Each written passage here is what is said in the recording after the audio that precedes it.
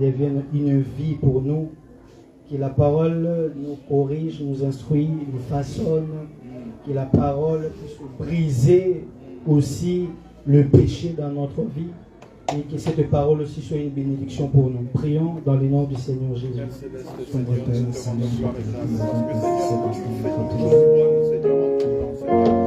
te disons merci, roi Seigneur, de nous amène-nous, Seigneur, à te prier, à craindre de nous davantage, Seigneur, mais instruis-nous, Seigneur, par ta parole. Sers-toi de ton serviteur, de ton cœur que tu as rempli, Seigneur.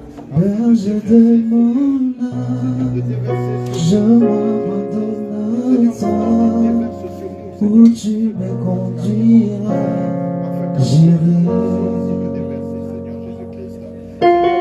Berger de mon âme, je m'abandonne à toi, où tu me conduiras, j'irai. Car j'ai fait le choix d'obéir à ta voix, où tu me conduiras, j'irai. J'ai dit, berger de mon âme, je m'abandonne à toi, où tu me conduiras, j'irai. Car j'ai fait le choix d'obéir à ta voix, où tu me conduiras, j'irai. J'ai dit, berger de mon âme, berger de mon âme, je m'abandonne à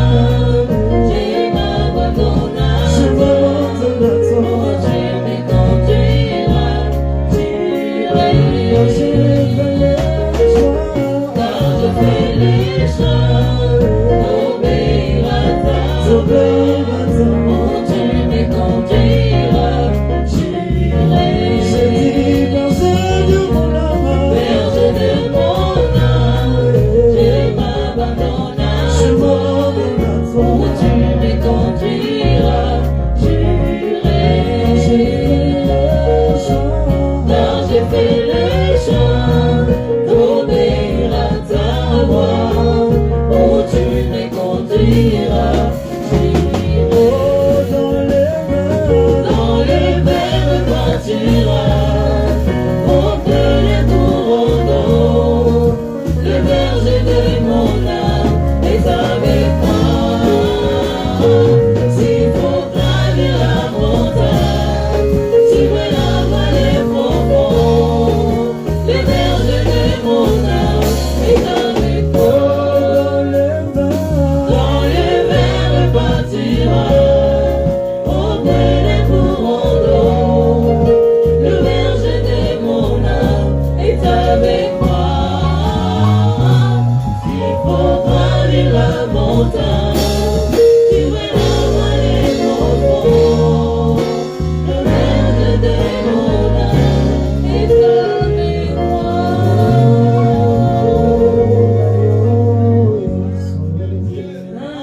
Je veux que tu acclames.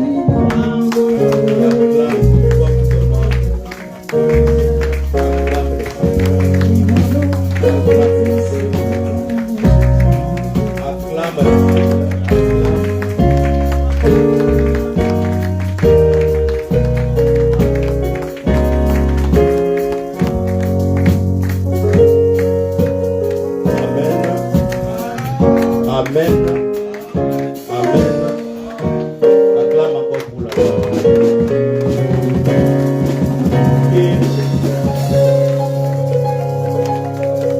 Que le Seigneur te bénisse. Que le Seigneur bénisse les chants. Si encore il continue comme ça, je crois que le Seigneur nous fera encore. Amen. Quand on chante bien, on glorifie le Seigneur, c'est très important. Que Dieu te bénisse. Amen. Prenons nos Bibles. Genèse. Je crois qu'aujourd'hui, nous allons un peu beaucoup parler dans la profondeur de la parole. Genèse 1, verset 14 au verset 19. Genèse 1, verset 14, verset 19. Je lis au nom de Jésus-Christ. Dieu dit qu'il y ait des luminaires dans l'étendue du ciel pour séparer le jour d'avec la nuit, que ce soit des signes pour marquer les époques, les jours et les années, et qu'ils servent des luminaires dans l'étendue du ciel pour éclairer la terre, et cela fit ainsi. Dieu fit les deux grands luminaires, le plus grand luminaire pour présider au jour et le plus petit luminaire pour présider à la nuit. Il fit aussi les étoiles. Dieu le plaça dans l'étendue du ciel pour éclairer la terre, pour présider au jour et à la nuit, et pour séparer la lumière d'avec les ténèbres. Dieu vit que cela était bon. Ainsi, il y a un soir, il y a un matin, c'est fit le 4e jour. 1 Corinthiens 15. 1 Corinthiens 15. 1 Corinthiens 15.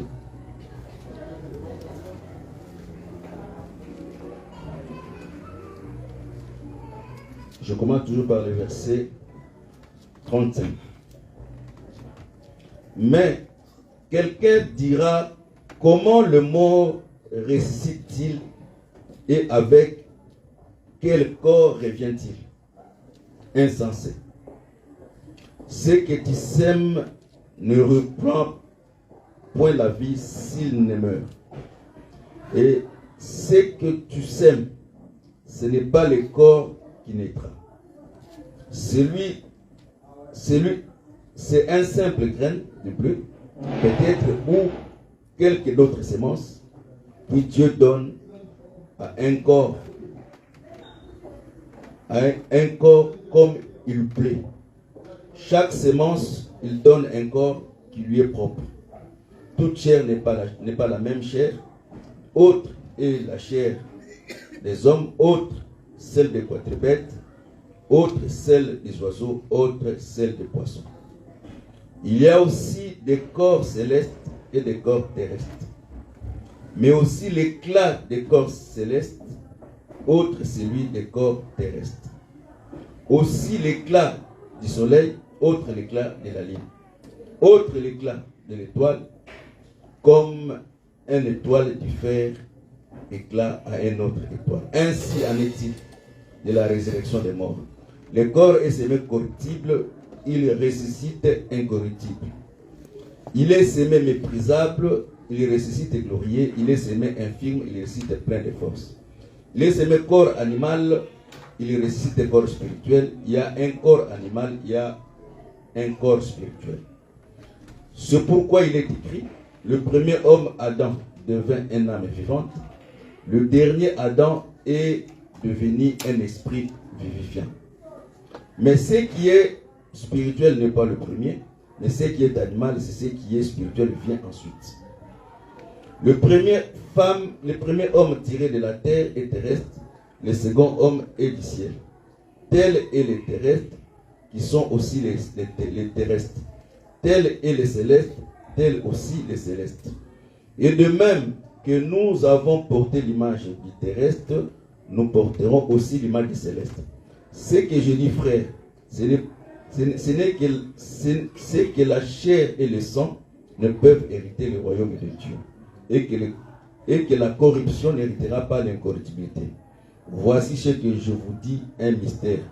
Nous ne mourrons pas tous, mais nous tous, nous serons changés à un instant, à un clé d'œil, à la dernière trompette. La dernière trompette sonnera et les morts ressuscitera incorruptibles et nous serons changés. Il faut que les corruptibles revêtent l'incorruptibilité et que ce qui est corps mortel revête l'immortalité. Prenons encore un autre verset de la Bible 1 Thessaloniciens. Excusez, change de page. 1 Thessaloniciens 4. 1 Thessaloniciens 4.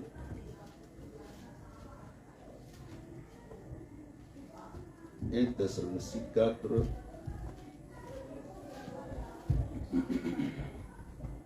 Je commence par le verset 13. Nous ne voulons pas que les frères, que vous soyez dans l'ignorance au sujet de ceux qui dorment, afin que vous n'affligez pas comme les autres qui n'ont point d'espérance. Car si nous croyons que Jésus est mort et qu'il est ressuscité, nous croyons aussi que Dieu ramènera par Jésus avec lui ceux qui sont morts. Voici en effet ce que nous déclarons, d'après la parole du Seigneur. Nous les vivants, restés pour l'avènement du Seigneur, nous ne devancerons pas ceux qui sont morts. Car le Seigneur lui-même a un signal donné, à la voix d'un archange, et au son de la trompette de Dieu descendra du ciel. Les morts en Christ resteront premièrement. Ensuite, nous les vivants qui serons restés, nous serons tous ensemble enlevés avec et sur les cieux des nuées à la rencontre du Seigneur dans les airs. Ainsi, nous serons toujours avec les seigneurs. Prenons encore notre écriture. Jean, nous allons lire la Bible. Jean 11. Jean 11. Je prends le verset 25-26. Jésus dit: je suis la résurrection et la vie. Celui qui croit en moi vivra quand même il sera mort. Et quiconque vit et croit en moi ne mourra jamais. Crois-tu à cela? Prenons encore un autre verset, Matthieu 27. Matthieu 27. Je commence par le verset 45. Depuis la 6e heure jusqu'à la 9e heure, il y eut des ténèbres sur toute la terre. Vers la 9e heure, Jésus cria d'une voix forte: Eli, Eli, lama sabachthani, c'est-à-dire mon Dieu, pourquoi m'as-tu abandonné? Quelqu'un de ceux qui étaient là, ayant entendu dire, il appela Eli, et aussi l'un d'eux courut prendre une éponge qui remplit de vinaigre, l'ayant fixé à un roseau et lui donna à boire. Mais les autres disent: laissez-le, voyons si Élie viendra les sauver. Jésus poussa de nouveau un grand cri. Il rendit l'esprit. Voici le voile du temple se déchira en deux, depuis le haut jusqu'au bas. La terre trembla et les rochers se fendirent. Les sépulcres s'ouvrirent et plusieurs corps des saints qui étaient morts ressuscitèrent.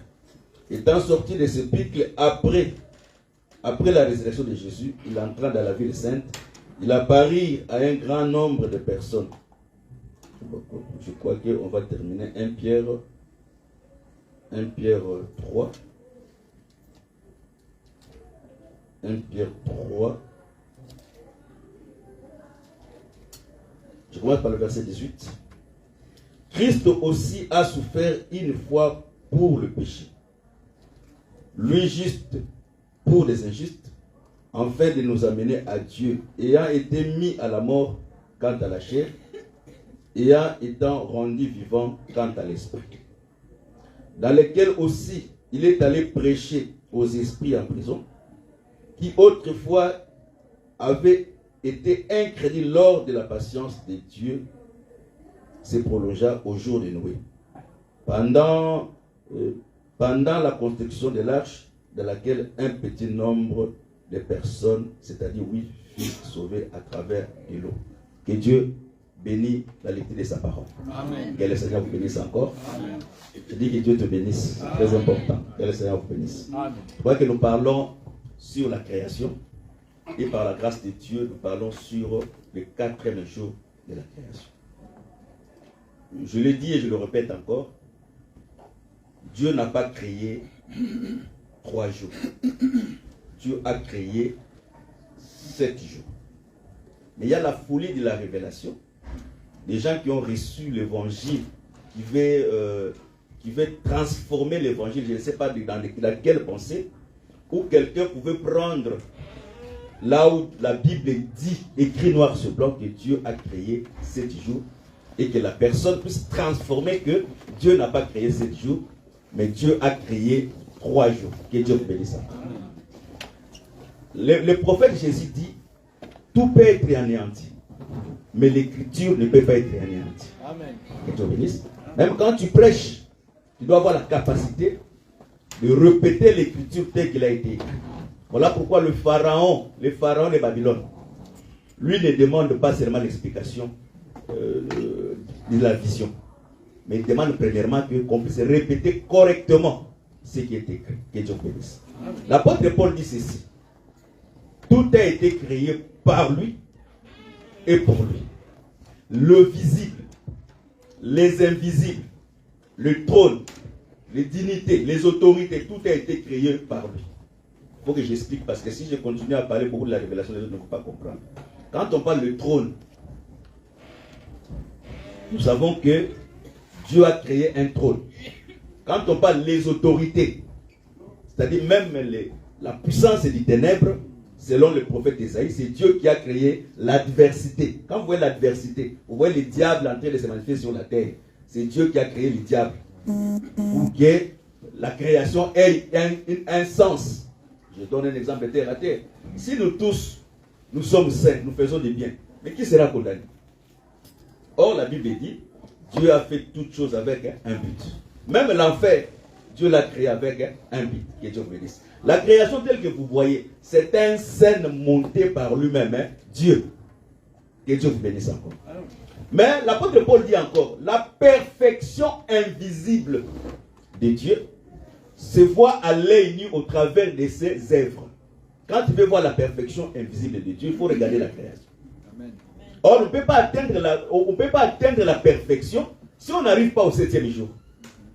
Le premier jour n'a jamais été la perfection. Le deuxième n'a jamais été la perfection. Le troisième, la perfection, c'est le 7e jour. Voilà pourquoi la Bible dit, le 7e jour, Dieu sanctifia le 7e jour. Que Dieu te bénisse. Que Dieu te bénisse encore. Et quand la création s'est complète par les prophètes, et la Bible dit ceci, Dieu a créé le repos pour l'homme. Donc le sabbat, c'est le 7e jour. Que Dieu te bénisse. Amen. Mais arrivé le 4e jour, Dieu prend les étoiles et les place au ciel. Et le prophète Paul dit que Dieu a créé deux sortes de corps, le corps terrestre et le corps céleste.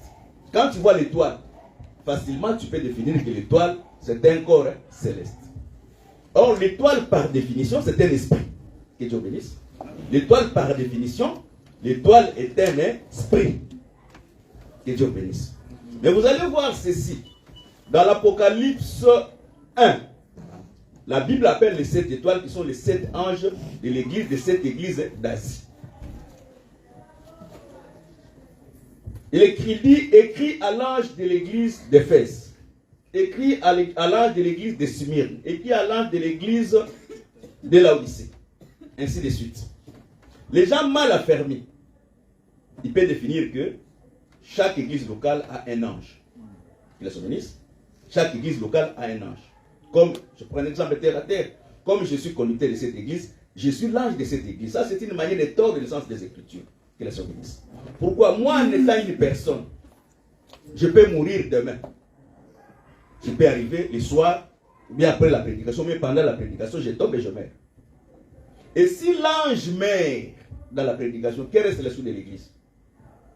Mais dans la pensée de la Bible, quand on dit que l'ange de l'église d'Éphèse, c'est l'esprit ministériel, parce que le ministère est immortel, mais le ministre est mortel. Amen. Quelle est bénisse? Le ministère, c'est la capacité que Dieu veut parler à son peuple par au travers d'un vase. Mais le ministre, c'est le vase. Le vase, Paul n'est plus aujourd'hui. Prenons un exemple comme le branhamistes prêchent souvent. Paul était l'ange de l'église d'Éphèse. Mais Paul, il est mort. peut-être l'église d'Éphèse, jusqu'aujourd'hui, l'église d'Éphèse continue à exister. Que le Seigneur bénisse. Est-ce que c'est comprend? L'église d'Éphèse, jusqu'aujourd'hui, l'église continue à exister. Donc, dans d'autres termes, quand la Bible dit ceci, que écrit à l'âme de l'église, et dans chaque église, Dieu a placé l'esprit ministériel. Et l'esprit ministériel, est immortel parce que l'esprit ne meurt pas. Mais les hommes meurent. Je prends une autre deuxième écoute dans la Bible. La Bible dit ceci. Dieu dit, il reproche à une église parmi les 7 églises, il dit que si tu ne respectes pas, j'ôterai mon chandelier. J'ôterai mon chandelier. Or, le chandelier, c'est un porte-lumière. Les chandeliers, c'est un porte-lumière. Il dit, j'ôterai les chandeliers. Les chandeliers, c'est quoi? Les chandeliers, c'est l'esprit ministériel que Dieu place dans l'église. Mais il peut arriver s'il y a la désobéissance. Dieu enlève les chandeliers dans l'église. Mais le ministre, comme étant le vase, continue à prêcher. Et quand Dieu enlève l'esprit ministériel dans l'église, quand on continue à prêcher, tout ce que vous prêchez là, Dieu les balance. Parce que, avant que le feu descende sur l'autel, ça c'est la Bible, il faut que l'autel respecte les 12 pierres qu'on doit placer sur l'autel. Or, le feu, c'est le Saint-Esprit. Pour que le Saint-Esprit rende témoin de la parole de Jésus, il faut que le fondement des Écritures soit respecté. Quelle est sa bénédiction? Voilà pourquoi dans plusieurs églises, je prends un exemple, quand le pasteur ou bien le ministre, il est tenté de pécher, et qu'il se lève, il prêche aussi bien, les gens disent Amen. Vous croyez que Dieu est derrière lui? L'Écriture est trop claire. Tous ceux qui ont péché sont privés de la gloire de Dieu. Dieu n'est plus là. Mais il peut se lever comme étant un vase, il continue à prêcher. Et que vous jubilez aussi. Mais Dieu n'est pas là-bas. Voilà pourquoi après la prédication, on demande aux gens qui étaient dans l'église, qu'est-ce qu'il a prêché? Il a prêché bien. Qu'est-ce que vous avez écouté? Oh non, il a seulement bien prêché. Pourquoi? Parce que Dieu a enlevé l'esprit ministériel dans l'église. Or, l'esprit ministériel, c'est le chandelier, c'est les étoiles, comme Dieu peut l'enlever dans l'église. Quel est ce bénisse? Maintenant, la Bible continue à expliquer la perfection invisible et la perfection invisible de Dieu. Tu ne peux pas parler de la perfection si tu n'arrives pas au 7e jour. Je ne sais pas quelle folie qui entre souvent dans le ministre pour tordre l'essence des Écritures. Et tu verras quelqu'un t'a dit, en réalité, Dieu n'a pas créé 7 jours. Dieu a créé 3 jours. C'est-à-dire, en réalité, donc il va être plus intelligent que Dieu. Le Dieu que nous voyons aujourd'hui, nous voyons Dieu au travers des Écritures. Voilà pourquoi le temple de Dieu aujourd'hui, le temple de Dieu, c'est la parole de Dieu. Parce que Dieu demeure dans sa parole. Dieu est assis dans son temple, c'est la parole. Les chambres des temples, ce sont les Écritures. Que Dieu bénisse. Voilà pourquoi vous allez voir, au temps de Néhémie, il y a un monsieur, le papa de Tobidja, qui avait occupé les chambres, là où on mettait les trésors de Dieu dans les temples. Et lorsque Néhémie est venu, il a ordonné qu'on chasse vraiment le père de Tobidja, et qu'on purifie la chambre et qu'on remet les ustensiles de Dieu dans la chambre. Donc, dans d'autres termes, qu'elle voulait dire, toutes les écritures que nous voyons dans la Bible, ils ne parlent que d'une seule personne. L'écriture ne parle que de Jésus-Christ. L'écriture ne parle jamais d'un Kimbangu. L'écriture ne parle jamais d'un ministre de l'église des saints. Parce que des fois, dans l'église des saints, c'est cela où nous disons chaque fois dans la profondeur de la prédication. L'antichrist, moi, c'est ce que je crois, et personne ne peut me l'ôter. L'antichrist sortira de l'église des saints. Parce que la Bible dit, ils étaient au milieu de nous. Mais ils n'étaient pas les nôtres. S'ils étaient les nôtres, ils pouvaient demeurer avec nous. C'est-à-dire, sortira dans quel sens? Un mauvais prédicateur va s'introduire au milieu de nous.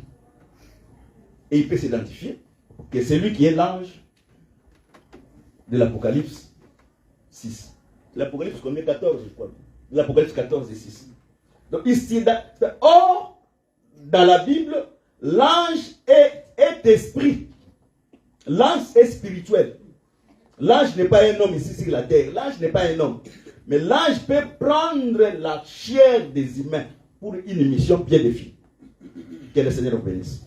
Voilà pourquoi les étoiles, premièrement, représentent les anges. Les étoiles représentent aussi la réalité naturelle. Parce que Dieu n'est pas seulement spirituel, il est aussi naturel. Dans le naturel, quand vous vous réveillez le matin, vous allez voir le soleil. Et quand vous voulez dormir la nuit, vous allez voir les étoiles. Ce sont des choses naturelles, premièrement, que Dieu s'explique.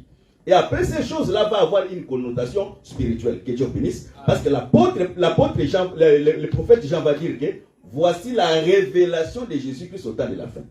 Les 7 étoiles que vous voyez, ce sont les 7 anges. Donc, dans d'autres termes, les 7 étoiles, en dehors d'être physiques comme ça, il y a aussi les étoiles qui représentent comme étant des anges spirituels. Que Dieu vous bénisse. Que Dieu vous bénisse encore. Que le Seigneur bénisse. Maintenant, l'apôtre Paul commence à expliquer. Il dit que nous avons le corps des hommes, le corps des animaux, le corps des oiseaux, le corps des poissons. Mais nous avons aussi les corps spirituels, les corps célestes. Il dit que tels sont les terrestres et ceux qui sont sur la terre. Tels sont les célestes, ceux qui sont aussi dans les cieux. Donc, dans d'autres termes, Christ, le premier Adam a été tiré de la terre, il est terrestre. Tout celui qui naît d'Adam, il est terrestre. Mais Christ n'est pas né d'Adam. Pourquoi? Parce que lui, il est un homme céleste. Voilà pourquoi la Bible dit.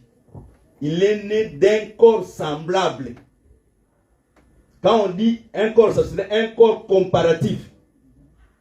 Mais il n'avait pas le même corps qu'Adam.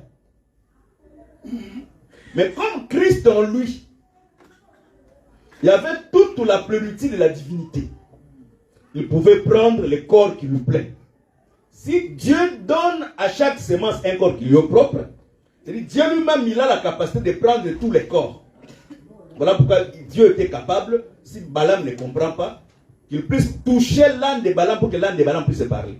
Est-ce qu'on se comprend? Je répète. Dieu pouvait faire si Balaam ne comprend pas. Dieu pouvait faire si Balaam ne comprend pas, que Dieu puisse saisir l'âne de Balaam pour faire comprendre Balaam. Et si Dieu pouvait toucher l'âme de Balaam pour faire comprendre Balaam, c'est pour te dire que Dieu peut toucher un païen pour te parler. Parce que l'âme de Balaam, c'est un païen. Amen. Quand tu le comprends pour arrêter ta démence, Dieu peut toucher un païen pour te parler. Voilà pourquoi tout ce que les païens disent n'est pas faux. Et voilà pourquoi la Bible dit, ne méprisez pas les prophéties. Retenez ce qui est bon. Je donne un exemple au temps d'Israël. Un pharaon de Babylone lit un songe. Les songes des pharaons de Babylone résument toute la Bible. Mais ce n'est pas, c'est un païen. Mais Dieu entre en lui. Et Dieu résume toute la pensée de la prophétie biblique en lui. C'est-à-dire, quand Dieu veut parler, Dieu peut parler à quiconque il lui plaît, en fait, que Dieu puisse parler aux hommes. Que Dieu bénisse. Amen. Mais il y a toute une différence entre celui que Dieu a établi comme ministre.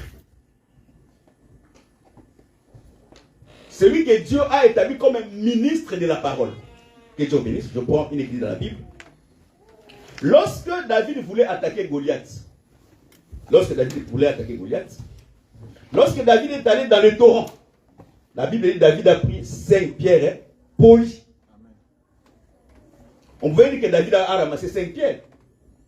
Parce que les pierres de l'autel, on les prend tel qu'elle est là. S'il n'a pas de forme, ça n'a pas de problème. Tu le poses tel que tu l'as pris.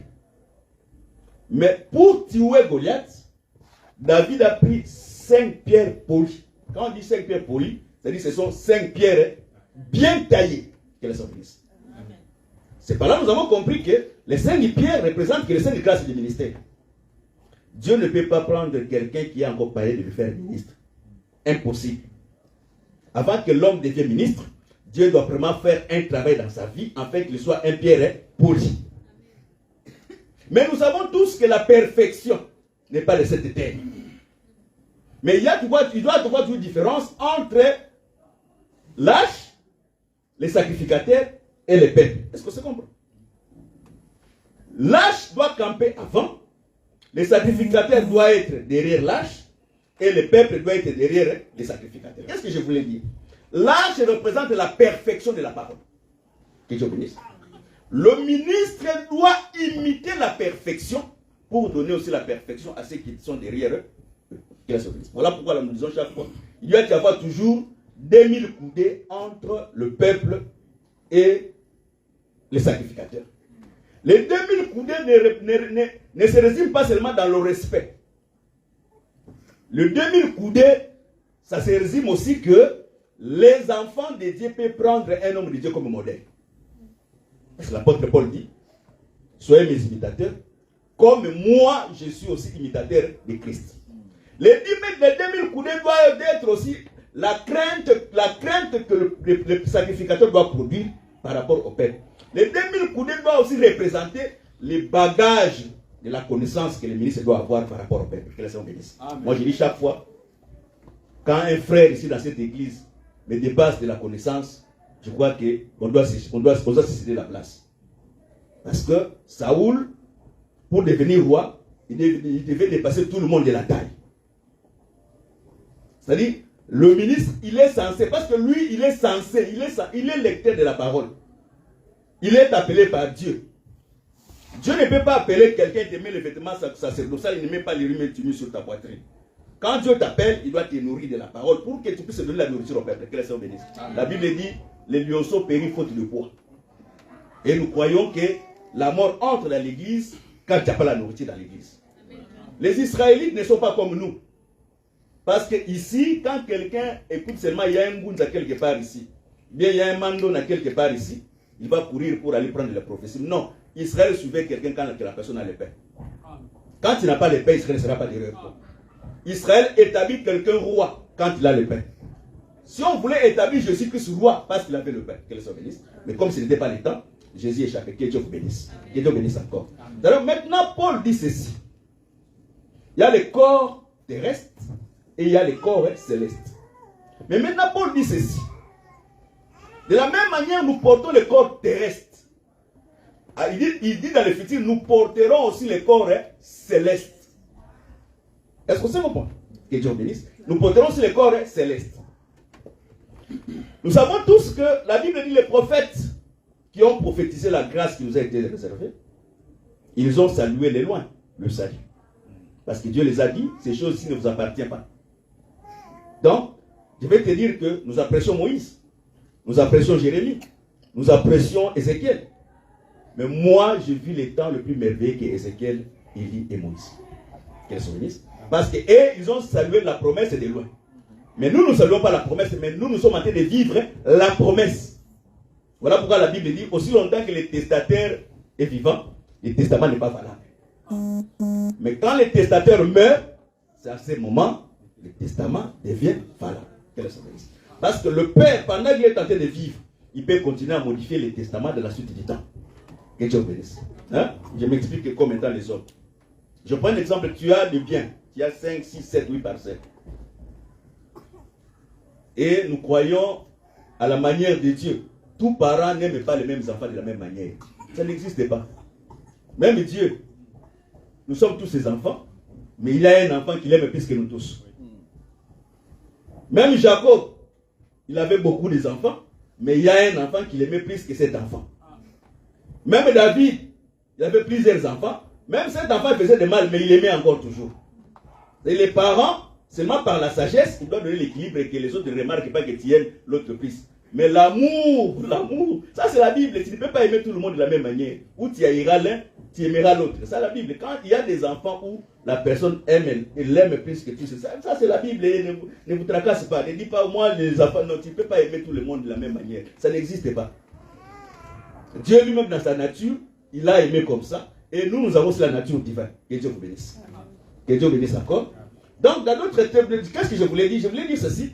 Le corps céleste, nous le porterons. Je prends une écriture. La Bible dit ceci. Les prophètes qui ont touché la date qui nous a été réservée, ils sont morts sans vivre les saluts, mais ils ont salué les lois. Donc dans d'autres termes, les prophètes sont morts avec l'espérance. Que Dieu bénisse. Mais la Bible dit ceci. Ça c'est Paul. Aussi longtemps que le premier tabernacle subsistait, les chemins d'Ilié très saint étaient encore fermés. Est-ce que c'est comprendre? Amen. Aussi longtemps que le premier tabernacle subsistait, les chemins d'Ilié très saint encore fermés. Prenons maintenant, rentrons dans la réalité. Moïse a construit un tabernacle et Aaron était souverain sacrificateur. Aaron maintenant entrait chaque année, une fois par année, dans les lieux très saints. Maintenant, Paul vient nous dire que aussi longtemps que le premier tabernacle subsistait, le chemin d'Illétré est encore fermé. Donc, dans d'autres termes, là où Aaron entrait, ce n'était pas l'Illétré saint, c'était l'image du véritable Illétré saint. Quel est son bénisse?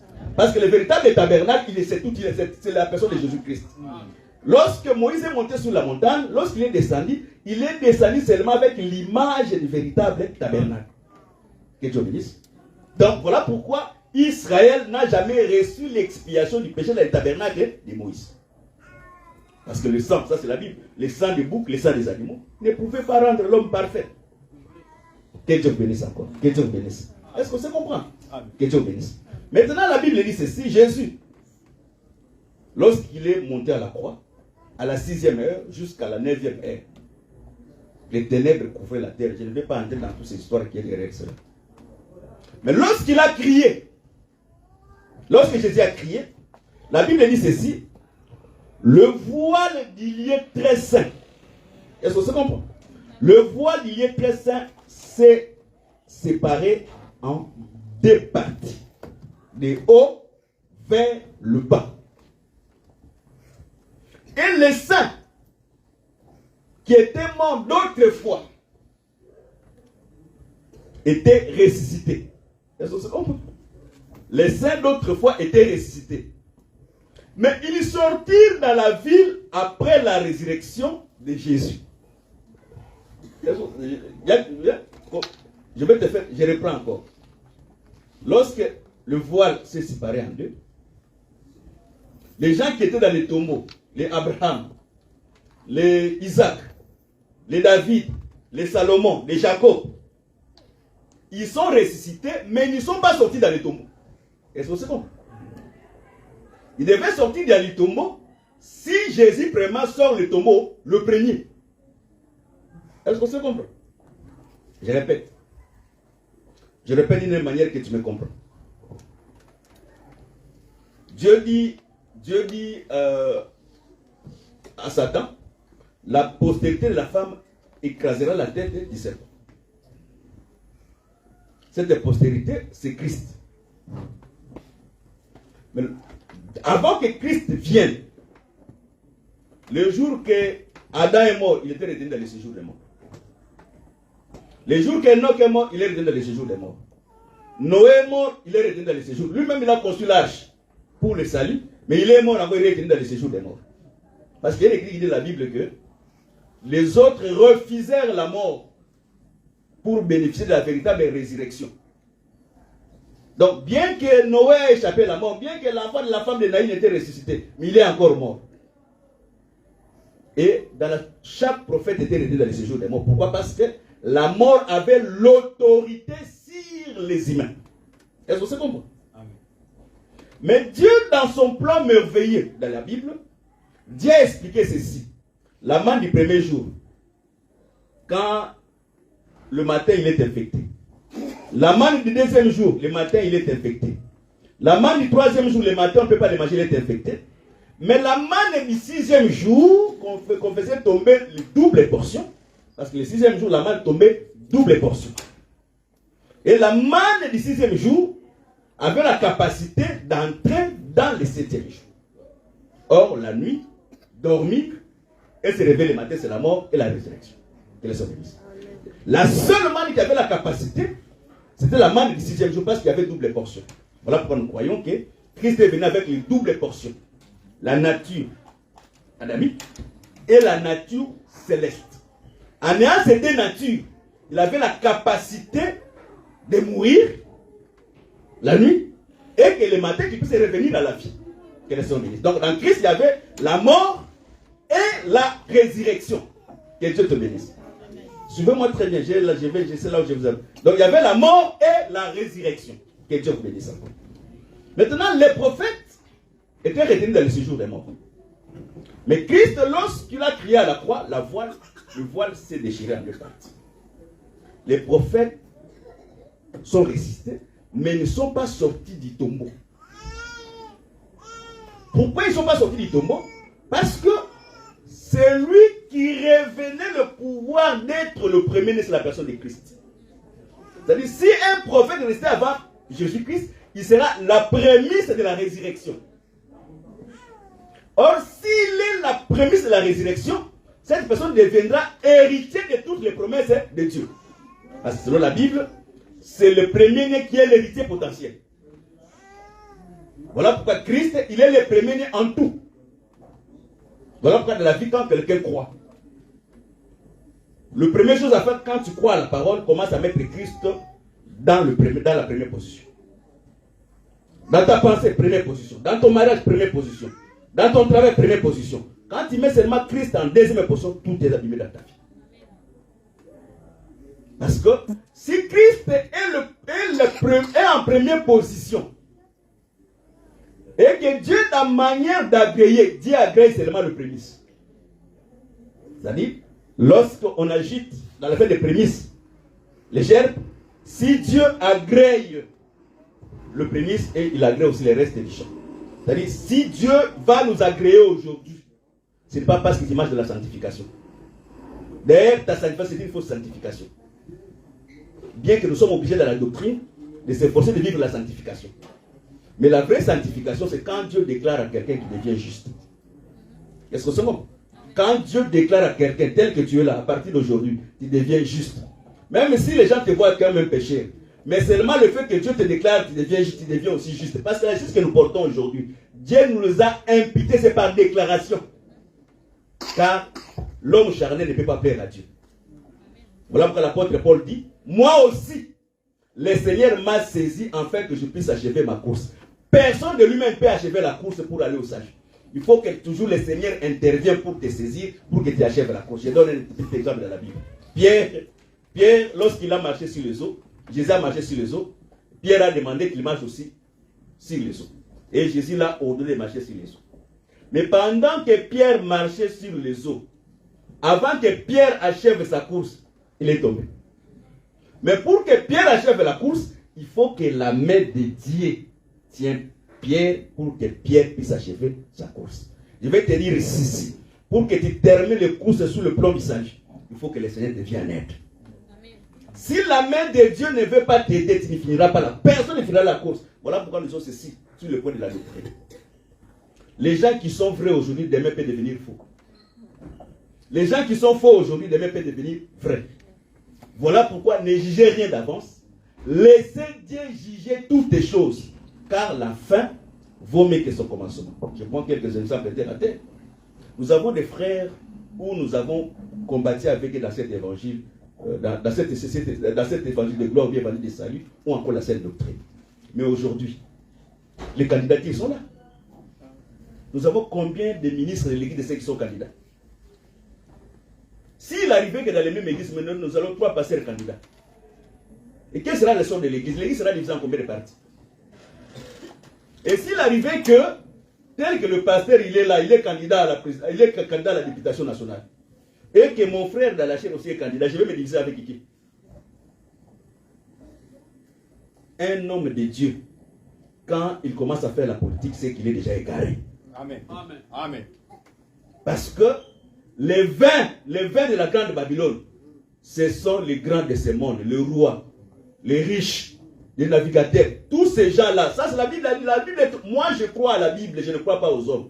La Bible dit tous ces gens-là, ils ont bu le vin de la grande Babylone. Que je finisse. Voilà pourquoi un politicien pour te tuer, dans 5 minutes, il peut te tuer.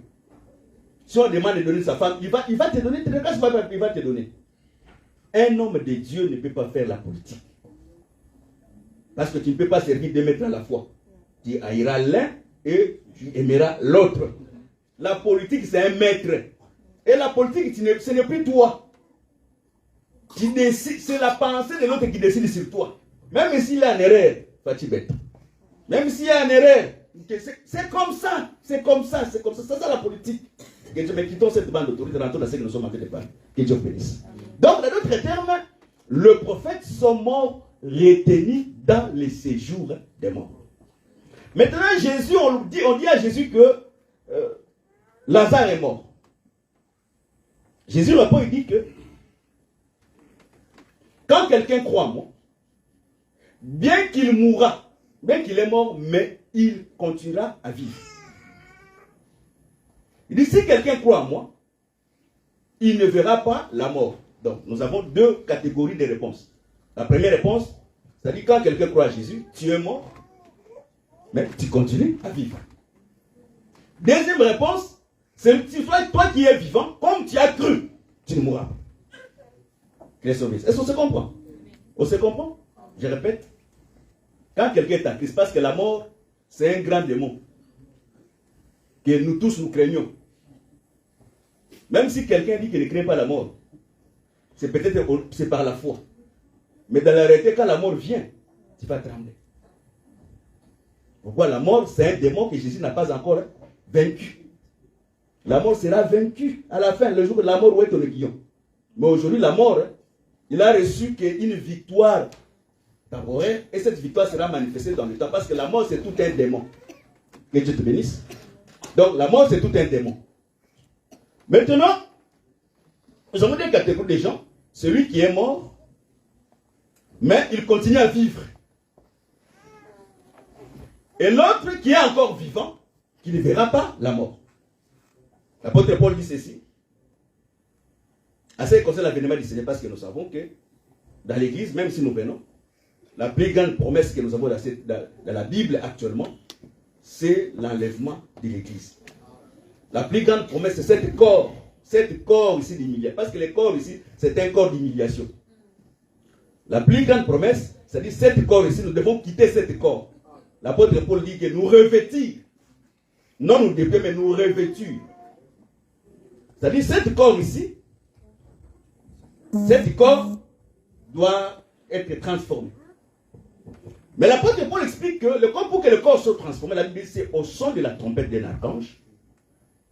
L'archange, on va expliquer avec le temps parce qu'on va expliquer le 5e jour. L'archange sonne la trompette avec éclat, une forte trompette. L'archange, c'est l'ange supérieur à d'autres anges. Au son de la trompette d'un archange, premièrement, les morts à Christ seront ressuscités. Et nous, les vivants, nous serons transformés. Que Dieu bénisse. La Bible ne dit pas que les morts à Christ seront transformés. Que Dieu bénisse. Mais la Bible dit ceci, c'est nous les vivants qui seront transformés. Que Dieu bénisse. Est-ce qu'on se comprend? Maintenant, l'apôtre Paul dit ceci dans 1 Corinthiens 15. Pourquoi les morts à Christ ne seront pas transformés? Parce que le fait de mourir et de ressusciter, c'est de porter notre corps. Est-ce qu'on se comprend? Je prends les Écritures. Lorsqu'on prend une semence infirme, on le sème dans la terre. Lorsque cette semence va revenir à la vie, elle ne reviendra pas avec le défaut. Ça sera un jeune plante avec un corps nouveau. Est-ce qu'on se comprend? Quand on prend un grain, n'importe quel grain, haricot, riz, mais cette graine-là, vous voyez là un peu de taches, de défauts. Mais on sème cette plante, cet haricot-là. Lorsque l'haricot va pousser, ça sera un jeune plante avec plein de vie. C'est-à-dire, celui qui est mort en Christ, le fait de mourir déjà, il s'est dépié de cette corps de la chair. Le fait seulement de mourir, il s'est dépié de cette corps de la chair. Lorsqu'il reviendra à la vie, il reviendra avec cette corps, il ne reviendra plus avec cette corps. Qu'elle soit bénisse. Alors je vais te dire ceci. Je crois avec les Écritures. Personne ne sera enterré avec le corps parfait. Tout celui qui meurt en Christ, personne ne sera enterré avec un corps parfait. Qu'elle soit bénisse. Et si tout le nombre des Élis n'est pas complet, personne aussi atteindra la perfection. Est-ce qu'on se comprend? Je m'explique quelque chose de très simple. Nous sommes dans cette assemblée telle que nous sommes là. Il y a des gens qui ont déjà pris l'avance de la foi par rapport aux autres. La connaissance, la manière de la sanctification, la manière de marcher avec Dieu. Mais il y a d'autres encore, jusque-là, ils sont encore des enfants, parce qu'un enfant, c'est celui, lorsqu'il s'élève, il tombe, il remarche encore, il tombe, il remarche. Il y a des gens qui sont enfants, ils sont adultes avec des barbes blancs. Mais ils tombent, il se relève, il met encore des pas, il tombe. Ça, c'est l'habitude, mais un jour, cet enfant prendra quand même le temps de bien marcher. Amen. C'est-à-dire, je veux dire ceci. Si parmi nous, il y a des frères qui sont comme ça, et que cet frère est Élie, c'est un Élie, Donc, cette frère empêche que, bien que toi tu marches dans la crainte de Dieu, cette frère t'empêche d'atteindre la perfection. Amen. Parce que la perfection ne sera pas pour une seule personne. La perfection sera collective. Est-ce qu'on sait comment? Je répète, je prends l'écriture. L'apôtre Paul dit ceci dans Hébreux 11. Il dit, il ne peut pas atteindre la perfection sans nous. C'est-à-dire, la perfection, ce n'est pas un homme. La perfection, c'est un corps invisible, bien établi, qui portera la perfection. Je prends une deuxième écriture, bien une troisième. La Bible dit ceci ici dans le corps. Il y a des membres qui sont faibles. Mais dans cette même corps, il y a des membres qui sont forts. Je prends mon corps ici. On prend le corps ici, les mains, les pieds, tout. Il dit que dans le corps ici, la main n'est pas malade. Mais le pied est malade. Mais comme le pied est malade, la main n'est pas malade, mais tout le corps souffre. Qu'est-ce que c'est? Si, premièrement, dans l'église du Seigneur, tout le monde commence à penser qu'un frère dans l'église, c'est un membre dans le corps. S'il est malade, moi j'ai aussi cette portion de douleur. C'est là où l'église des saints devient l'église des saints de Simon-Pierre, de Simon-Pierre, de Paul, de Jacques, de Jean. Si aussi longtemps que dans l'église, les autres seront aisés, il y aura une vie meilleure, mais ils vont se moquer des gens qui ne mènent pas la vie conforme à la parole. Au lieu de l'exhorter, cette église n'atteindra jamais la perfection. Quelle est son église? Maintenant, qu'est-ce que les autres membres doivent faire? Il dit que les autres membres doivent entourer le membre qui est faible, afin que la perfection qui se trouve en nous, que nous puissions donner aussi à cet membre qui est faible d'atteindre la perfection. Donc, dans d'autres termes, si l'Éternel tarde de venir, parce que le nombre des élus n'est pas encore au grand complet. Mais sur le plan du salut, c'est que ceux qui sont sauvés, le Seigneur les a sauvés à la croix de Golgotha. Tu n'étais pas là, mais par la foi, tu étais là. Parce que Jésus a dit, tout ce que tu m'as donné, je ne perdis personne. Sauf, dans les choses de Dieu, il y a toujours un sauf. Il y a toujours, même si on est beaucoup, il y a toujours un Judas. Et l'évangile que nous sommes en train de prêcher, c'est un peu trempé. Pour les autres, c'est un peu rompu pour les autres. Voilà pourquoi nous croyons. L'évangile est venu sauver les élus. Mais l'évangile est venu pour manifester la sémence de ceux qui sont perdus. Parce que si Judas n'avait pas mangé le pain trempé, il n'allait pas vendre le Seigneur. Mais le jour qu'il a mangé seulement ce pain, le Seigneur a dit, va faire ce qui est dans toi. Voilà pourquoi nous croyons que la parole arrose les gens pour la perfection. La parole aussi arrose les autres pour continuer encore à faire le mal. Voilà pourquoi la Bible dit, celui qui se sanctifie encore. Mais celui qui fait le mal, qui fait encore des mal, davantage encore. Amen. Voilà pourquoi je dirais que si tu vas dans les bars, continue à aller dans les bars profondément. Et vraiment, sois ivre de la perfection. Amen. Vous savez, il ne faut pas être un pécheur hypocrite. Quand tu fais le péché, fais-le dans la perfection. Afin que tu sois conscient, le prix qu'on te paye, tu l'as mérité. Et comment ça fait? Tu fais le péché dans le... Tu te caches pourquoi? Fais-le dans la perfection. Pourquoi? Parce que même le petit péché, Dieu va te juger. Mais tant mieux que tu le fasses dans la perfection, quand tu es jugé, quand même tu dis que ce que j'ai fait, je le mérite. Que le Seigneur nous bénisse. Donc, dans d'autres termes, tu ne peux pas atteindre la perfection sans que le frère que Dieu a connu d'avance puisse accepter cet évangile pour que le salut soit effectif. Je prends une troisième autoroute pour expliquer ce que je continue à expliquer. 2 Rois 4, 2 Rois 2, verset 4. La Bible dit ceci. Quelqu'un qui craignait Dieu, il est mort. Un fils de prophète qui craignait Dieu, il est mort. Mais il a laissé la dette. Les créanciers venaient prendre ses deux enfants pour la faire esclave. Je me pose la première question. La dette était de combien? Qui ne valait pas un seul enfant, ça valait 2 enfants. C'était une grande dette. Et je me pose la deuxième question. Comment le monsieur craignait Dieu, mais il a laissé la dette? Parce que des fois, il y a des slogans que nous disons. Non, un enfant de Dieu, non, je ne peux pas avoir de dettes. Moi, vraiment, je ne peux pas avoir la dette. Oui, naturellement, les dettes, c'est mauvais. Mais cela n'est pas lié au salut quand tu payes la dette. Quand tu ne payes pas, parce que c'est un engagement que tu as pris, c'est là où ça devient un problème. Tu deviens un parjureur. On ne parjure, n'hériteront pas le royaume des cieux. Que le Seigneur bénisse. Je te donne encore un deuxième exemple. Quand tu prends les découvertes de la banque, c'est une dette, non? Mais c'est une dette dans le propre. Hein? Parce que les banques vont te menacer seulement par des courriers. Mais quand tu prends la dette d'un Congolais, mal intentionné, et que tu ne payes pas, on verra ton nom dans les réseaux sociaux. Que le Seigneur te garde, on continue à penser que nous sommes à Paris. Et le créancier venait pour prendre les hommes pour en faire esclaves. Maintenant, oh prophète. Tu sais que mon mari craignait Dieu, mais il a laissé la dette. Nous croyons que la personne qui craignait Dieu qui a laissé la dette, c'était Adam. Parce que tout ce que Adam a subi, ce n'était pas lui. Hein? Adam, c'était un homme honnête et un homme juste. Mais sauf que c'était que le théâtre de Dieu qui a permis que Adam puisse tomber dans les péchés. Amen.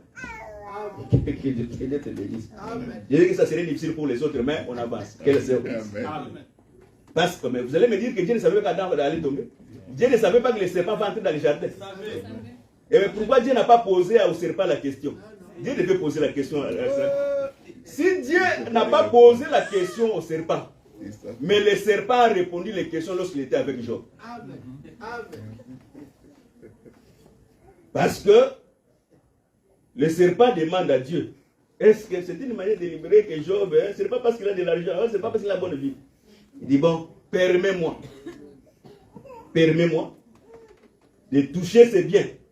On va voir si Job va demeurer encore dans la foi. Et Dieu dit à Job, je te permets de les toucher, mais ne touche pas à son âme. C'est par là que nous croyons qu'Adam sera sauvé. Amen. Pourquoi? Parce qu'Adam, c'est un prophète qui avait l'esprit de Dieu en lui. Amen. Que Dieu bénisse. Amen. C'est-à-dire, on permet de toucher, mais on ne permet pas de toucher l'âme. Voilà pourquoi Dieu peut permettre que tu tombes malade. Amen. Dieu peut te permettre que tu sois expulsé ici en France. Amen. Dieu peut permettre que tu tombes dans la pauvreté. Mais Dieu ne permettra pas que le diable touche à ton âme. Amen. Or, l'âme de l'homme, c'est le parti le plus essentiel du corps. Amen. Parce que l'âme qui pêche, c'est le moi. Tout ce que les sociétés font, ça, ce sont des choses de la chair. Et le Dieu que nous prions, il a mis l'espérance dans la parole. La souffrance des siècles présents n'est pas comparable à la gloire. Ce que nous serons demain n'est pas égal à ce que nous sommes aujourd'hui. La souffrance que tu vois, ce sont les Égyptiens. Mais un jour, Dieu dira, les Égyptiens que tu vois aujourd'hui, tu ne les verras plus. La souffrance, vous savez, tel que nous sommes là, c'est seulement une petite pauvreté. Il y a des sommes d'argent, quand il y en a, tu ne seras plus pauvre. Quand il y a 2 milliards, tu ne deviendras plus pauvre. Parce que 2 milliards dans les banques, chaque jour, 2 milliards engendrent des bénéfices. Même si tu ne touches pas. Seulement le fait que 2 milliards restent dans ton compte dans les banques. Exemple, tu sais, tu as 2 milliards. On t'augmente chaque jour 100 000 $. Demain, 100 000 $. Tu seras. Donc, il y a certaines choses. Cette pauvreté est liée aussi à une statut de vie. Que le Seigneur bénisse. Maintenant, écoute maintenant Élie. Il dit, qu'est-ce qu'il y a dans la maison? Qu'est-ce qu'il y a dans la maison? Il dit que j'ai un seul vase. En français, c'est comme ça, non? Un seul vase. La Bible est précise. La Bible ne dit pas que le Messie avait plusieurs vases. La Bible dit que le Messie avait qu'un seul vase. C'est pour dire que Dieu que nous sommes en train de prier, Dieu n'a pas beaucoup de vases. Dieu n'a qu'un seul vase. Tous les vases qui restent sont les vases du dehors. Est-ce que c'est compris? Est-ce que c'est compris? Tous les vases, toi, moi, lui, les autres ici, ce sont les vases du dehors. La seule vase qui demeure dans la maison de Dieu, c'est la personne de Christ. Et maintenant, qu'est-ce que la femme va faire? Il va aller prendre les vases chez les voisins. Comme nous avons des voisins ici, les voisins là-bas, les voisins chinois, les voisins brésiliens. Ce sont des vases que vous devez aller récupérer pour que nous puissions faire entrer dans la maison. Mais lorsqu'on a fait entrer les vases dans la maison, on a pris la seule vase qui avait de l'huile. Et cette vase qui avait de l'huile avait l'huile sans mesure. La seule personne qui a reçu l'Esprit sans mesure, c'est la personne de Christ. Amen. Vous savez, l'église des saints, je vous dis, on dit souvent en pleurant, l'église des saints telle que vous le voyez, je le répète encore, l'Antichrist sortira de l'église des saints. Je prends un exemple doctrinal. Lorsqu'il n'y a pas de problème, tous les ministres sont en égalité de la doctrine. Parce que nous croyons avec les Écritures, la seule qui avait le chapeau dans les sacerdoces, c'était Aaron. Pourquoi Aaron a reçu l'huile de la supériorité au-dessus de ses collègues. Mais vous allez voir, quand il y a maintenant un problème, c'est à ce moment les différents jugements viendront. Oh, celui-ci c'est le père, oh, celui-ci c'est l'aîné. Non, les choses de Dieu ne sont pas comme ça. En termes doctrinal, en termes de la loi, quand la loi dit que, vous lisez quand même la loi, on ne peut pas juger Macron pendant l'exil de ça, pendant qu'il est président. Mais si on surprend Macron dans les flagrances, il sera jugé. Quand on te surprend dans les flagrances, il sera jugé. C'est-à-dire, même si, quand il y a maintenant une situation, c'est là où la taille des autres va commencer à changer par rapport à la doctrine. Et c'est là, c'est la manque de constance et c'est la perte du sage. Voilà pourquoi ne croyez pas seulement le fait de mettre ensemble des saints, vous êtes déjà sauvés. Non. L'ensemble des saints, c'est quand nous sommes en train de vivre la parole de Dieu. Et quand nous avons le respect de la doctrine. Société sans règles, c'est une société morte. Dans la vie, même quand tu veux réussir, tu ne te fixes pas des règles, tu ne réussiras pas. Il faut que quand tu vis avec, dans la vie avec des règles. Que Dieu vous bénisse. Que Dieu bénisse encore. On prend les vases, on commence à mettre de l'huile. Quand est-ce que l'huile s'est arrêtée? L'huile s'est arrêtée jusqu'à ce que l'huile est entrée dans les derniers vases. Aussi longtemps que l'huile n'est pas versée dans les derniers vases, la dette ne sera pas payée. Mais lorsque l'huile va entrer dans les derniers vases, c'est là où on va ordonner de vendre de l'huile pour payer la dette. Non seulement la dette, l'argent qui restera pour le service de cette femme. C'est pour dire que l'œuvre de la rédemption, qu'elle sera accomplie à la croix, parce que l'écriture est trop claire.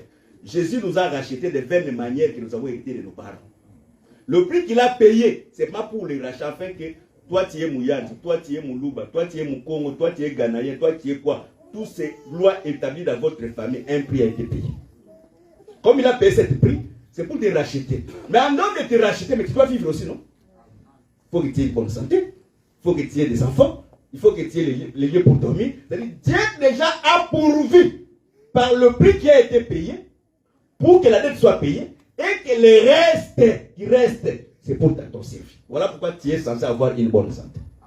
Tu es censé avoir une meilleure vie parce que le prix a été payé non seulement pour payer la dette. Vous savez, il y a des gens qui sont nés, hein, j'aime dire la vérité, il y a des gens que nous sommes nés, nous sommes nés dans les familles plus pauvres, sans espérance de réussite en Christ. Mais tu as cru. Tu étais condamné dans les coutumes, dans les traditions, dans votre famille. Personne ne peut lever la tête. Il y a des familles où la pauvreté gangrène, où tout le monde est pauvre. Mais Dieu a fait que tu connaisses l'évangile. Et que l'évangile te délivre de cette condamnation. Et que Dieu maintenant, dans la suite du temps, parce que le reste doit t'aider à survivre. Dieu maintenant, pour t'aider à survivre, tu commences à respirer. Tu peux envoyer aujourd'hui 200 € à ta famille. Tu peux envoyer 500 € à ta maman. Tu peux envoyer 1000 €. Tu peux même construire. Tu peux m'acheter. Ça, c'est le reste de prix qu'elle sera payée à la croix, en dehors de la dette que tu as fait. Mais le reste de prix qu'afin que tu sois aussi quelqu'un que les gens commencent à regarder. Que le Seigneur bénisse. Dieu est bon et Dieu est amour. Que le Seigneur bénisse. Vous savez pourquoi, après qu'Israël soit mordu par les serpents brillants, Moïse a élevé le serpent d'air. Moïse a élevé le serpent d'air parce que, bibliquement, quand quelqu'un marche la face vers la terre, où il est dans l'échec, il est dans la souffrance, il est dans la pauvreté. Mais pour que l'homme ne demeure pas dans la pauvreté, même dans la souffrance, qu'il relève sa tête vers regarder vers le ciel. Or, quand on soulève déjà la tête, même si les choses ne vont pas bien, mais le fait seulement de lever la tête, tu auras la solution. Que les bénisse. Imaginez une fois que celui qui était mordu par le serpent, au lieu de regarder le serpent qui était élevé, il commence seulement à regarder. Moi, le serpent m'a mordu. Moi, le serpent m'a mordu. Mais tu vas commencer, le serpent m'a mordu. Le serpent m'a mordu. Mais quand tu vas seulement dire que bon, au lieu de commencer à regarder cette morsure, laisse-moi élever les yeux en haut, regarder vers le serpent. Automatiquement, tu as la solution. Qu'elle soit bénisse. Ne te contente pas de la situation que tu as de vivre ici, actuellement.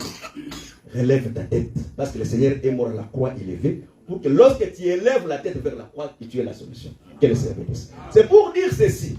C'est pour dire ceci que, aussi longtemps que les derniers vases n'avaient pas de l'huile, la dette n'était pas payée. Lorsque l'huile est entrée dans les derniers vases, c'est à ce moment la dette devait être payée.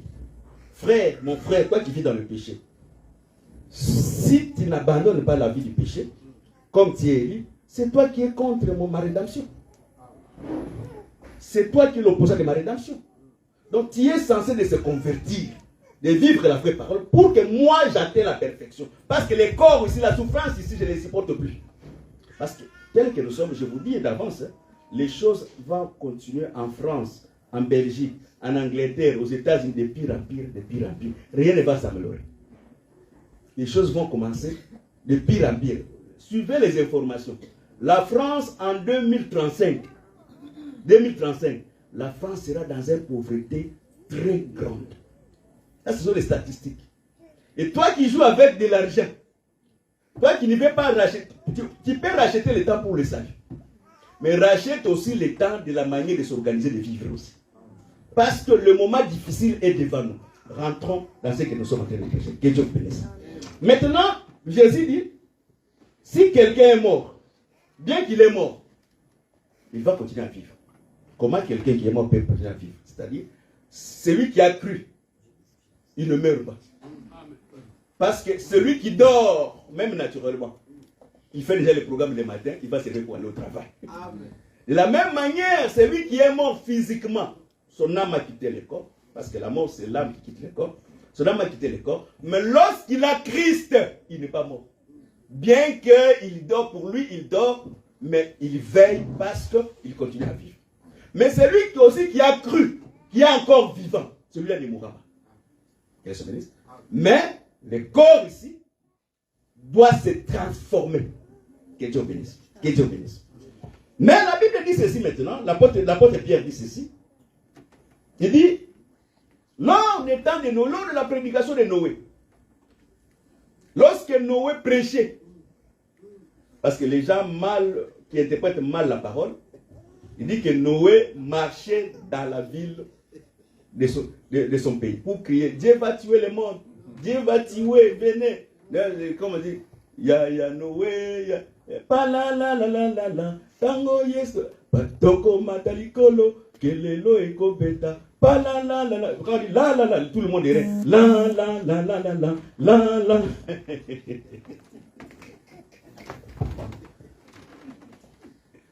Quand on consacre les sacrificateurs, qu'est-ce qu'on fait? On met les taches du sang dans son oreille. Si tu n'as pas les taches du sang sur ton oreille, même si nous sonnons le son de la trompette, tu n'écouteras pas. Pour écouter le son de la trompette, il faut avoir un oreille circoncis. Parce que l'évangile que nous sommes en train de prêcher, c'est un parabole pour les gens qui vont se perdre. Parce qu'il parle en parabole, de peur qu'il écoute. Donc, dans d'autres termes, il y a des gens que Dieu a privé l'écoute. Parce que s'ils écoutent, ils vont comprendre. S'ils comprennent, ils seront sauvés. Que Dieu bénisse. Voilà pourquoi Noé ne s'est jamais s'élevé dans la ville pour dire que et les gens derrière. Non! Là, ce que Noé avait seulement construit, c'était un enseignement. Amen. Amen. Parce que dans le temps ancien, Dieu parlait par des signes, par des prophètes. Mais aujourd'hui, Dieu ne parle plus dans les signes parce que Dieu a parlé par son Fils. Que Dieu bénisse.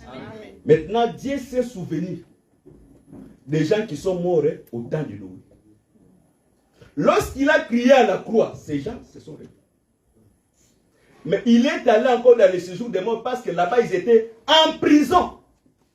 Donc, Abraham, prisonnier. Isaac, prisonnier.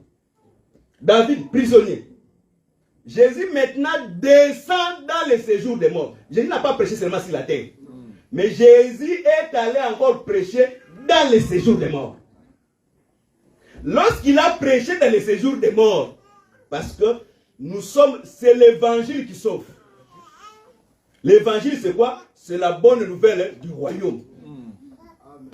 Jésus devait descendre encore dans les séjours des morts pour annoncer à Abraham, à Jacob, à Isaac, la bonne nouvelle.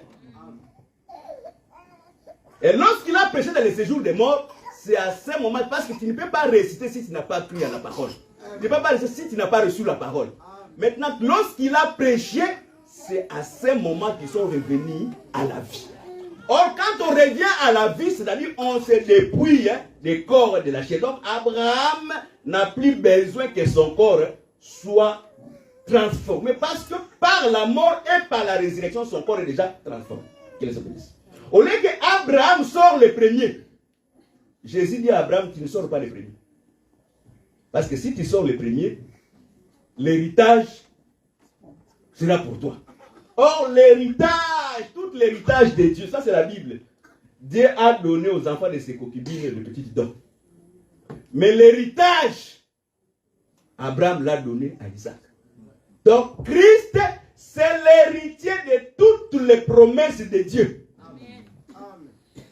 Pour que tu deviens aussi héritier, il faut entrer dans l'héritier. Pour avoir l'amour de Dieu, il faut entrer dans celui que Dieu a aimé. Amen. Dieu n'a jamais aimé un Congolais. Amen. Dieu n'a jamais aimé un Français. Amen. Mais Dieu n'a aimé qu'une seule personne. Pourquoi? Parce qu'il a pris, selon la Bible, toute son affection. Tout. Il n'a rien, même pas un poussière. Toute son affection. Il a dit, voici mon fils bien-aimé à qui j'ai mis toute mon affection. Donc si tu veux avoir l'amour de Dieu, entre en Christ. Voilà pourquoi les kimbanguistes n'ont jamais eu l'amour de Dieu. Même s'ils chantent le matin au soir, l'amour de Dieu là jamais. Parce que l'amour de Dieu l'a mis dans une seule personne. Voilà pourquoi le salut se résume en entrant en Jésus. Que le Seigneur bénisse. Qu'elle se bénisse. Donc, qu'est-ce que je voulais dire? Qu'est-ce que je voulais dire par tout ce que je suis en train de dire? Je vais dire ceci. Il faut que sous le plan du salut, l'évangile que nous recevons, c'est aussi un corps. Parce que Christ était la parole faite chair. L'évangile que nous recevons, c'est un corps céleste qui doit habiter dans cette corps de la terre pour détruire cette corps de la terre. Parce que l'évangile est l'ennemi de cette corps. L'évangile ne peut pas être ami de cette corps. Là, nous disons chaque fois, tu auras des ennemis, les gens de ta propre maison. Mais imaginez que si tu vis dans la maison de ta maman, est-ce que c'est ta maison? Non. Mais tu auras les ennemis de ta propre maison, c'est quoi? C'est le mensonge, c'est un ennemi. L'impudicité, c'est un ennemi. Le vol, c'est un ennemi. La paresse, c'est un ennemi. Venir à l'église en retard, c'est un ennemi. Ne pas donner la dîme, c'est un ennemi. Se mettre assis tout la dîme, c'est un vrai ennemi. Lorsque tu vas commencer à faire maintenant des calculs en toi, que je donne et je ne donne pas, il y a maintenant une guerre. Ennemi, non, tu donnes, ne donne pas, ne donne. Et finalement, tu ne donnes pas. L'ennemi te fait. Quel est son bénisse? Il faut que Dieu tue tous ses ennemis. Parce que la guerre, ce n'est pas pour toi. La femme ne va pas en guerre. La femme ne va pas en guerre, c'est la chair. Dieu lui-même va s'en charger de chaque péché dans ta vie parce que la perfection, c'est tout un processus. Laisse-toi emporter par Dieu. Accepte ce que tu es, que Dieu bénisse. Qu'est-ce que je voulais t'aider pour dire? C'est-à-dire, les âmes qui étaient dans la prison, lorsque le Seigneur est descendu dans le séjour des morts, il est allé prêcher les âmes qui étaient là-bas et ces gens sont revenus à la vie. La Bible dit ceci. Ça, ce n'est pas moi. C'est David qui dit.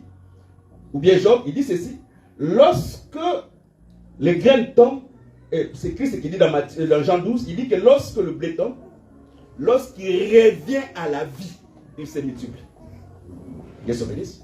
C'est-à-dire l'échec, la souffrance, la maladie. Lorsque cette corps seulement meurt, la maladie est oubliée. Parce que lorsque le corps revient à la vie, le corps revient avec plein de vie. Je vais te dire ceci. Si même ton mariage est dans les prisons, ta santé est dans la prison, et si ton argent est dans la prison, tes papiers sont dans la prison, l'évangile que nous sommes en train de prêcher, c'est l'écrit des commandements. Parce que lorsque Jésus crie pour la résurrection de Lazare, Lazare doit sortir dans le tombeau. C'est-à-dire, si des choses aujourd'hui ne fonctionnent pas, sache-les que la parole que nous prêchons va permettre que ce qui est mort en toi puisse revenir à la vie. Comme tu es revenu à la vie, tout tes biens aussi reviendra à la vie avec toi. Parce que même nous, lorsque nous recevons, Jésus ramènera tous ceux qui sont morts avec lui. De la même manière, tout ce qui est mort dans ta vie, lorsque tu reviens à la vie, ça reviendra automatiquement en vie avec toi. Tu avais la prospérité, tu as perdu la prospérité. Quand tu crois à l'évangile, lorsque l'évangile commence à te bénir, l'évangile va te faire prospérer. Tu as perdu la santé. Comme tu as cru à l'évangile, tu es revenu à la vie. L'évangile te permettra d'avancer. Voilà pourquoi la Bible dit, pour ceux qui vivent, tu ne mourras pas. Mais pour celui qui est mort, tu continueras à vivre. Voilà pourquoi, comme tu as encore la vie, tu souffles chaque jour. En dehors de souffle comme étant le Saint-Esprit. Comme tu respires le matin, même si les choses ne vont pas bien. Le fait que Dieu te donne seulement le souffle de vie, sache-le que tu as encore l'espérance que tu réussiras. Le Dieu que nous sommes en train de prier, ce qui ne peut pas nous enlever, c'est l'espérance. C'est-à-dire, même si je souffre avec l'espérance. Même si je suis malade avec l'espérance. Mais les païens souffrent sans espérance. Un païen, quand il souffre, il sait que demain je mourrai. Mais un chrétien, même s'il est de la souffrance, il sait que, bien qu'il y ait la souffrance, mais j'ai l'espérance que demain le Seigneur fera grâce, la situation change. Que Dieu vous bénisse. Je veux que tu inclines la tête à la prière et que nos amis chantent, viennent nous aider. Nous voulons un peu prier parce que nous avons le temps. Nous voulons un peu prier ensemble. Passez vite. Je veux que tu puisses prier pour la résurrection de ta santé. Tu puisses prier pour la résurrection de tes affaires. Tu puisses prier pour la résurrection de ton mariage. Et tu puisses prier pour la résurrection de ta foi. Parce qu'il y a beaucoup de gens qui ont perdu la foi. Et tu puisses prier que le Seigneur puisse t'accompagner, que les faveurs de Dieu se retrouvent dans ta vie. Commence à prier avant que les chants ne puissent chanter. Père, Dieu de grâce. Merci Jésus. Nous avons prié.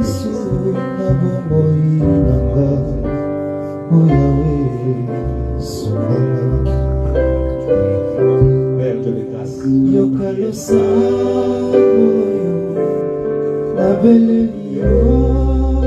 Ouvre ta bouche. Personne ne peut prier pour toi. Quand tu écoutes la parole, il faut avoir l'habitude de mettre la foi de ce que tu as écouté et commence à prier par rapport à ce que Père de grâce. Je sais que nous vivons le moment les plus difficiles dans la vie. Je vis le fin d'année très compliqué. Des fois les portes sont fermées. Des fois les situations sont compliquées.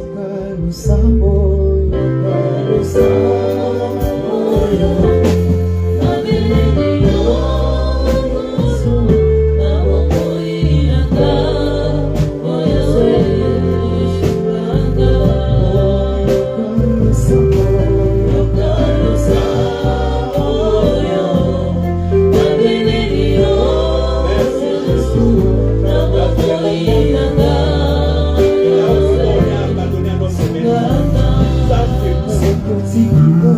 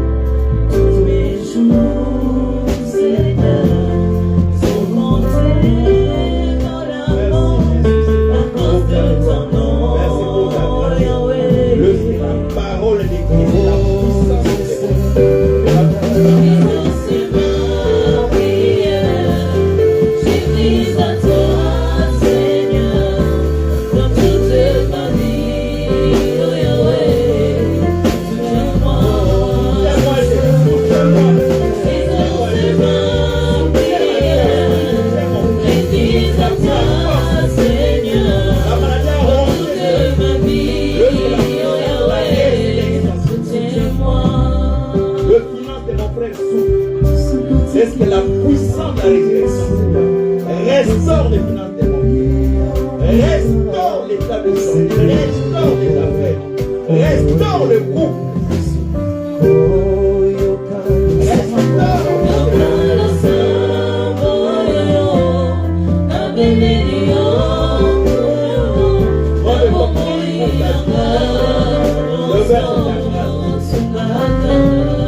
Le Père, c'est ton onction. Je veux que quelqu'un soit saisi l'onction de la guérison, l'onction de la délivrance. Christ est la puissance de la résurrection. Que la santé de mon frère et de ma sœur soit restaurée. Que la vie de mon frère soit restaurée. Que les affaires, le travail de mon frère soient restaurés. Toi qui as recoupé encore les os dans le palais d'ossements et que tu as donné à ces os la vie. Et ces os est devenu grand dans le Seigneur. Fais de mon frère un homme important, Seigneur. Fais de ma soeur un homme important, Seigneur. Nous brisons les liens de la scène, Seigneur. Quand tu es entré dans le région inférieure, dans la prison, Seigneur, pour libérer ces des milliers d'années. Avant l'âge de Noé, Seigneur, mais tu es allé le libérer, Seigneur. Si tu pouvais libérer, Seigneur, c'est pour les temps de Noé. Si tu pouvais libérer, libérer ces dans le captif, Seigneur. Et lorsque tu es venu pour des milliers d'années, par rapport à la résurrection, Seigneur, tu as libéré les prisonniers et les prisonniers de la mort. Tu as encore libéré ma soeur, libéré mon frère. Laisse que l'onction brise les joues de la servitude, Seigneur. Brise les joues de la condamnation, Seigneur. Ceux qui sont condamnés à la souffrance, ceux qui sont condamnés à l'échec, ceux qui sont condamnés à la maladie, Seigneur. Permets que la main droite de Dieu, Seigneur, libère mon frère, libère ma soeur, Seigneur. Que la porte s'ouvre, Seigneur. Que la porte s'ouvre, Jésus. Que la porte s'ouvre, Jésus. Que la porte s'ouvre, Jésus. Que la porte s'ouvre, Jésus. Que la porte.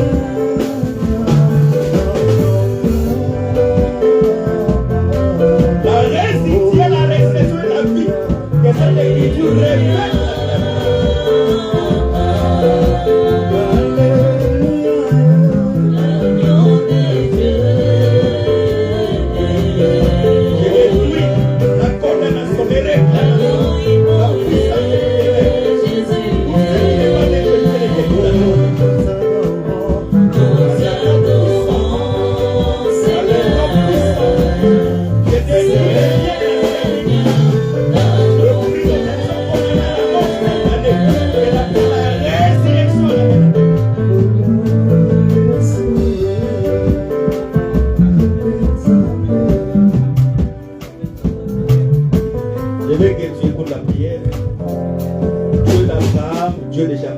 Dieu d'Isaac, c'est lui qui a libéré les prisonniers qui ont été retenus des milliers d'années depuis l'arche de Noé. Mais le jour que Dieu les a dans ce jour des morts, il les a libérés dans la prison. Je veux que tout celui qui est retenu dans la prison aujourd'hui, il a écouté cette bonne parole. Que la puissance de la résurrection agit dans sa vie. Qu'il revient à la vie. Que sa santé revient à la vie. Que son mariage revient à la vie. Que son finance revient à la vie. Pour que le nom de Jésus soit glorifié. Il y a un seul nom qui règne dans le ciel, sur la terre et sous la terre. Même devant le monde, le nom de Jésus règne, Seigneur de l'Évangile. Permets que ce règne ramène à la vie, parce que la Bible dit, lorsque Jésus parle, il ramènera tous ceux qui sont morts avec lui. Ramène mon frère et ma soeur en vie. Dans le nom de Jésus-Christ. Amen. Acclamons la voix de Dieu.